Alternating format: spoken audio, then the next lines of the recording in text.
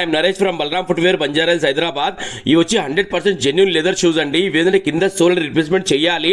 Sir మంది తీసుకొచ్చిర్రు. అయితే white soul ఉండే మన దగ్గర కొద్దిగా హైట్ ఎక్కువ ఉందన్నమాట. నరేష్ గారు ఈ హైట్ అయితే నాకు వద్దు, నాకు బ్లాక్ కలర్ ఉన్నా పర్లేదు, ఫ్లాట్ కావాలని చెప్పారు. 100% చేద్దాం సార్ అని చెప్పిన.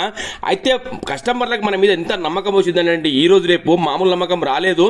యూట్యూబ్ చూసి ఒక్కసారి రావడమే గొప్ప మన దగ్గరికి.